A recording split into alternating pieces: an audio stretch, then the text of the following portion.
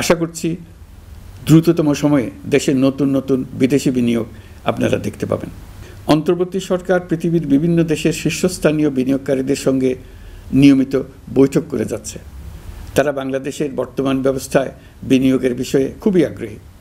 আশা করছি দ্রুততম সময়ে দেশের নতুন নতুন বিদেশি বিনিয়োগ আপনারা দেখতে পাবেন। সরকার দায়িত্ব নেওয়ার পর থেকে দেশের রপ্তানি 13% বেড়েছে।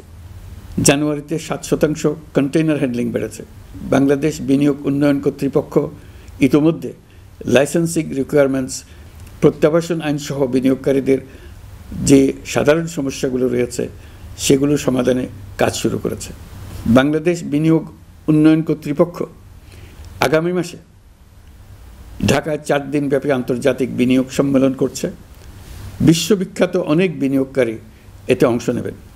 ইতিমধ্যে DP World, Singapore PSA, AP Moller Maersk কয়েক বিলিয়ন ডলারের বিনিয়োগের প্রস্তাব করেছে।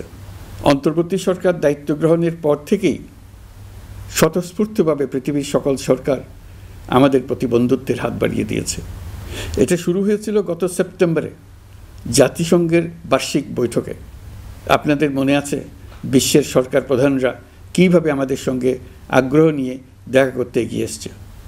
তারপর থেকে যে কোনো সম্মেলনে গিয়েছি, দেখেছি আন্তর্জাতিক নেতৃবৃন্দের আগ্রহ কীভাবে ক্রমেই বেড়ে চলেছে। জানুয়ারি মাসে সুইজারল্যান্ডের ডাভোসে গিয়েছিলাম। এই সম্মেলনে 47টি পৃথক ইভেন্টে আমার অংশগ্রহণ করতে হয়েছে।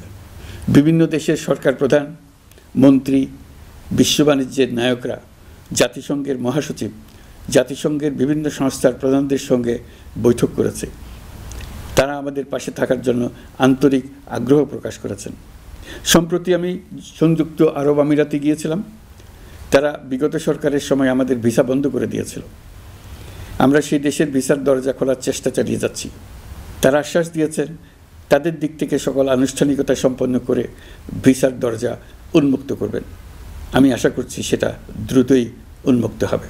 আমি সংযুক্ত আরব আমিরাতকে আমাদের দেশে শিল্প কারখানা গড়ে তোলার জন্য একটি শিল্পাঞ্চল করার প্রস্তাব দিয়েছি। তারা এই বিষয়ে আগ্রহ জানিয়েছে। শিল্পাঞ্চলে 2টি কাজ দিয়ে তারা শুরু করবে, এই জন্য কথাবার্তা শুরু হয়েছে। প্রথমে মুসলিম বিশ্বে সরবরাহের জন্য একটি হালাল গোশত প্রক্রিয়াজাত করার কারখানা করবে। এরপর মৎস্য প্রক্রিয়াজাতকরণের জন্য কারখানা স্থাপন করবে। তারা আমাদের নতুন সামুদ্রিক বন্দর পরিচালনা করার জন্যও আগ্রহ জানিয়েছে। প্রিয় দেশবাসী, বিশ্ব মানচিত্রে বাংলাদেশকে অনন্য উচ্চতায় নিয়ে যাওয়া আমাদের অন্যতম লক্ষ্য।